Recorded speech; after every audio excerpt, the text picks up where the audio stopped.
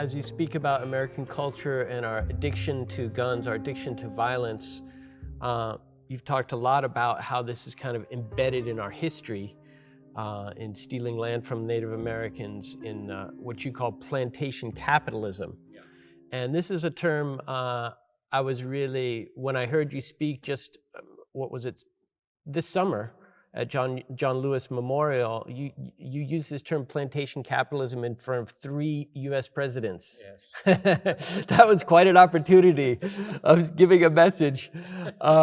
And it's not a word that people think about very much. And Americans, I think we don't like to think about the connections between economics and violence. And but yet this is something you come back to again and again. Can you unpack a little bit about how this legacy from chattel slavery and how that has a connection to what's going on today through the economics, how the billions of dollars of capital that was created through slavery has its tentacles and its stepchildren in what's happening today with mass incarceration, with the violence of the police, and so many of these entangled issues?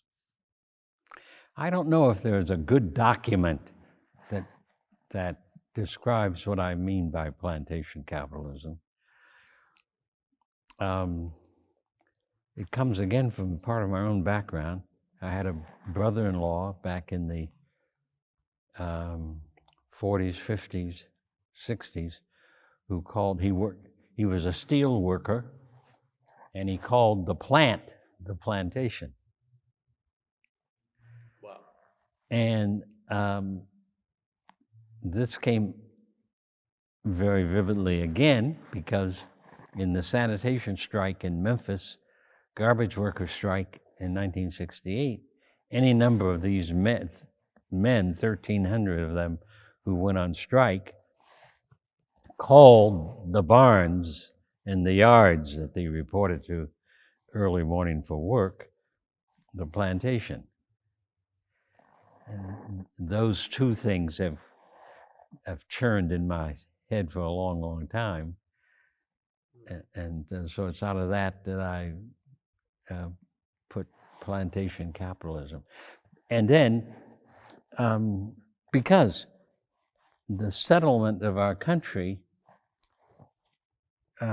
in almost all parts of the country, is a settlement process where some people came from Europe especially in order to get rich. And they created plantations across the nation. I mean, it's not just something that started in the South or in New York in the first settlements in the 17th century. It went into New Mexico, where they were called ranches. And in that plan, they also it was introduced in India, the Congo, Portuguese territories in Mozambique,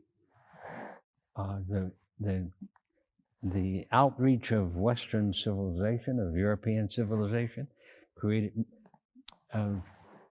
many plantations, where very quickly the owner of the plantation very often became the primary power broker in the region. The power broker saw wealth and power in his own being, but his ranch has sustained it. And so in many ways, plantation politics, or plantation capitalism, is about the fact how those units of ranches and plantation became the centers for political development, with that kind of power becoming, in many instances, a central power broker, a primary power broker. If you study this in the South, Senator James Eastland was a plantation owner in Sunflower County, Mississippi. He was a rabid segregationist who helped to insist upon Mississippi being a segregated state in every way possible, what someone later called a closed society. And other plantation owners like Eastland were of the same ilk. they became central figures in the politics of their states by virtue of the fact they were the largest landowner in Sunflower County or Shelby County and all. So that's a part of the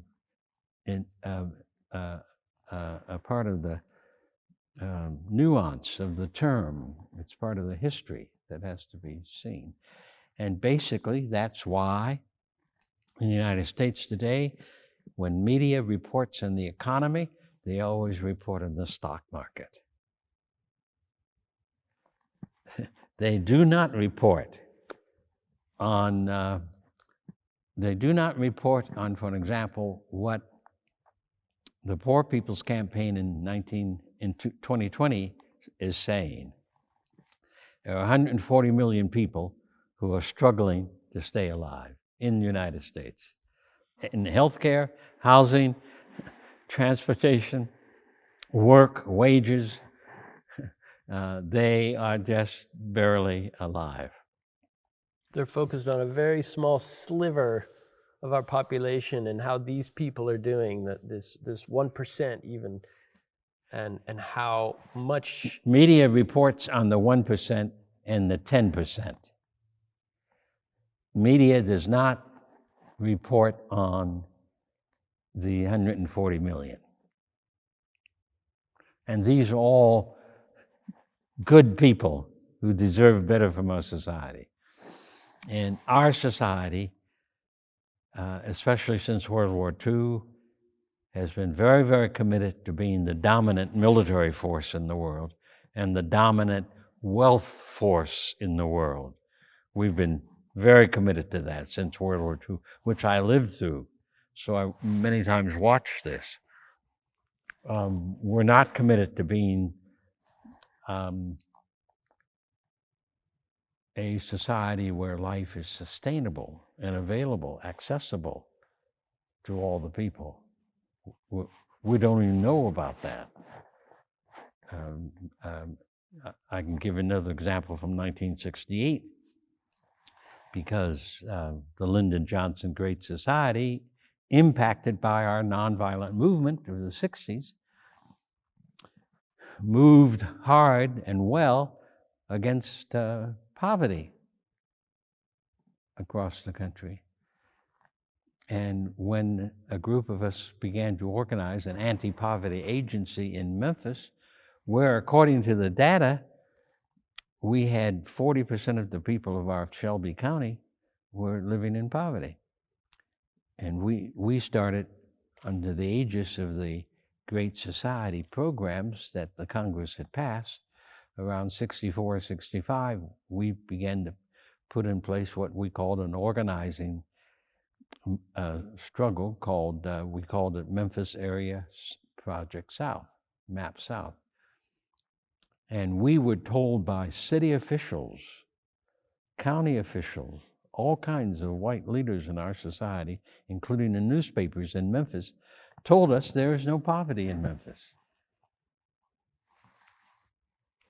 We were able to, by the Great Society program, we were able to hire staff, and we hired a number of social workers who did block-to-block work, initially in South Memphis.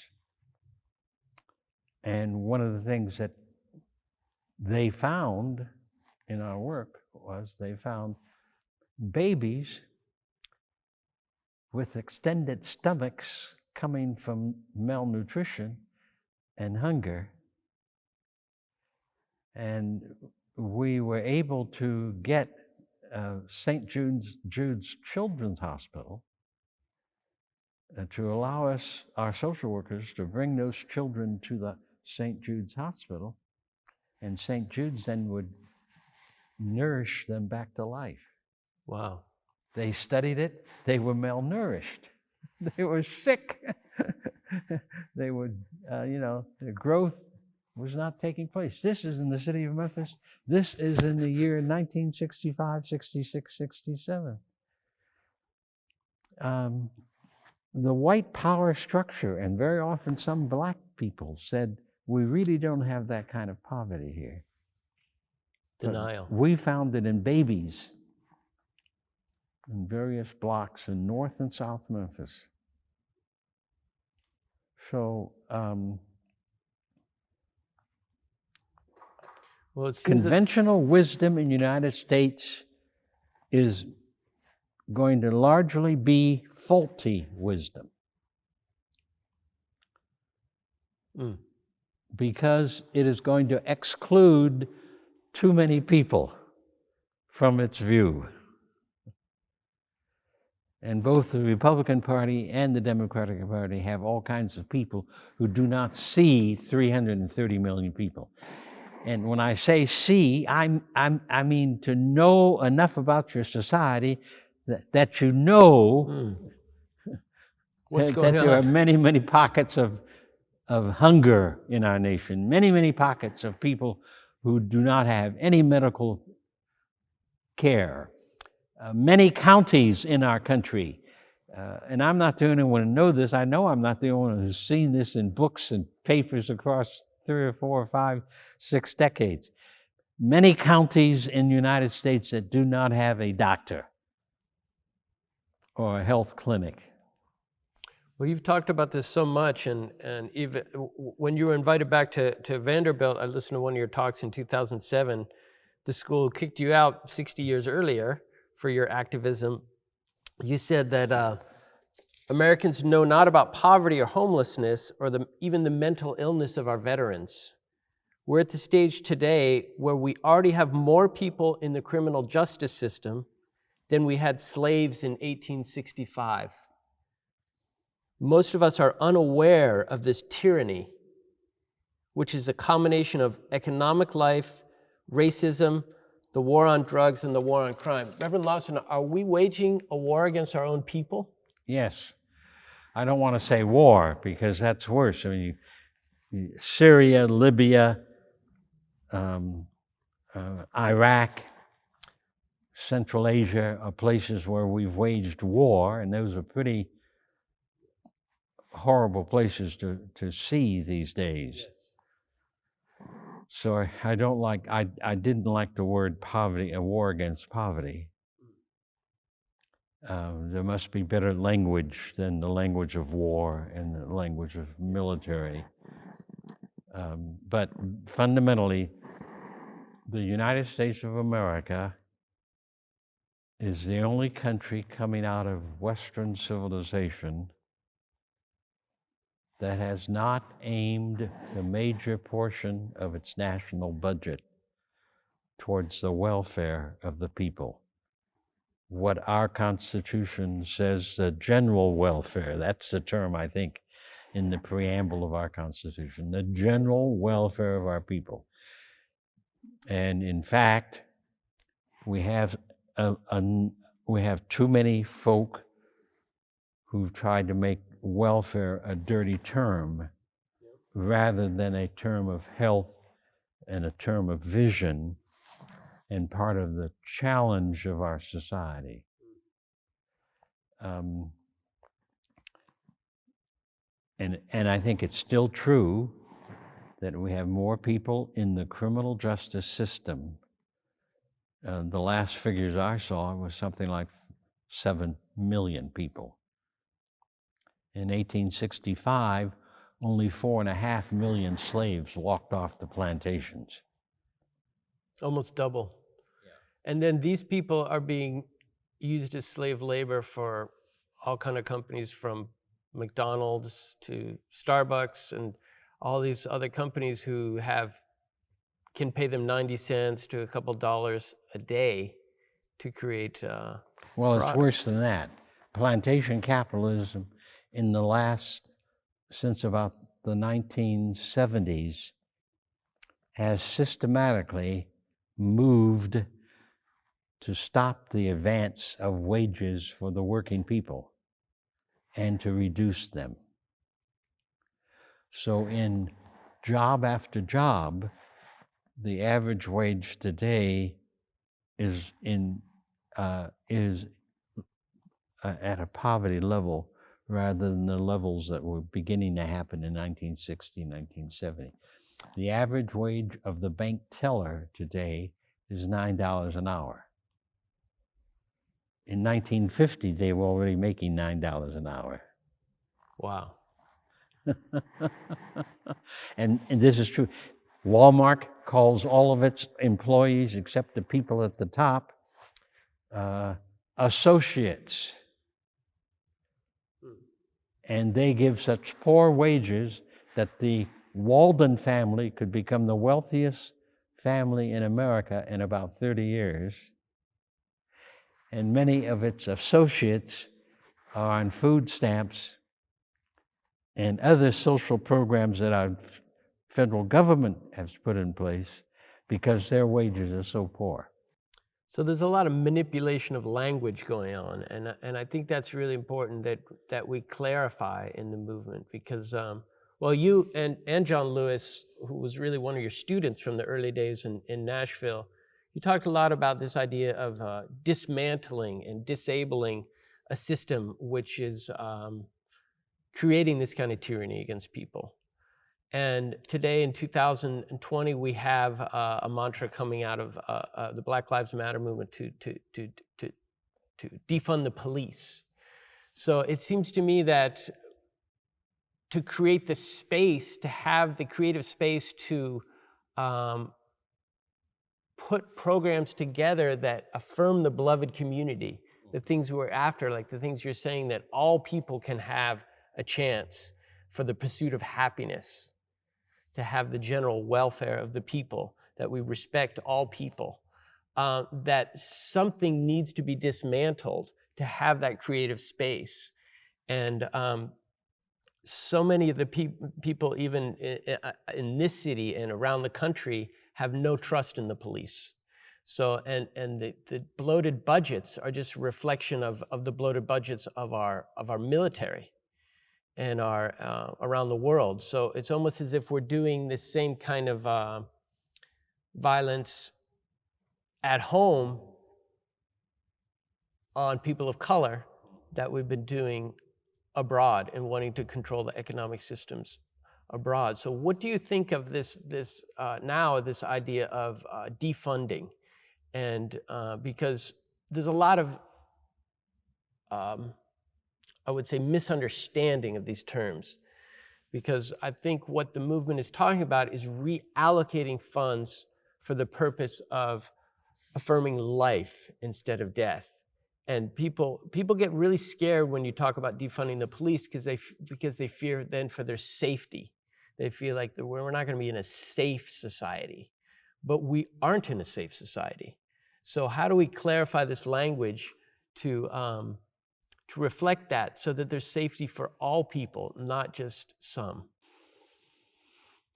Well, this is why, first of all, this is one of the reasons why it is always an essential piece of work to try to use the language that helps to push us in the right directions. And defunding can be a scary word, I'm sure, for a lot of people, especially many white people who have been raised in the notion that this is our land and it's a white land, and we're the ones who run it, and we've made it. But the truth of the matter is that our USA democracy has never had a major debate on what does democratic society require for us to teach law and justice and to establish agencies that help us do it. They've never examined the history of police force from the point of view of the use of violence and animosity and authoritarianism and what the role is in a society trying to be democratic. So from my perspective, one of the important things that's happened now is that BLM has put on the national agenda that the whole concept of the police has to be examined from the point of view of liberty and equality and justice, and our ambition to be a society where life is accessible to every baby born in our society. That there's a national ethos and social and political space that every baby is welcomed and has a chance to access that gift of life with which he or she has been birthed. The nation has never done that. As far back as 1953, I made my first trip to Great Britain, and I was sort of stunned to see that the London police did not have guns. There were no signs of physical power on their uniforms. And I later learned that a large part of Western Europe, police officers never carried guns. And I had a long conversation in '68, daily conversation at the World Council of Churches General Assembly in Uppsala, Sweden, and a young police lieutenant was responsible for the security. And he and I would meet on more than one occasion early in the morning, 6 o'clock or so, in the place where we could get coffee. He did not carry a gun, and he talked to me at length about his vocation as a police officer. He also told me how in Sweden, if there was a gun situation and a dangerous situation facing a community somewhere or an incident going on, then the police who answered that call would have weapons. But the police on the beat did not have weapons. When they saw a dangerous scene unfolding, they called the police. So in that Western European situation back in the 50s and 60s, there was an ongoing discussion about how we teach our people law and justice through the police.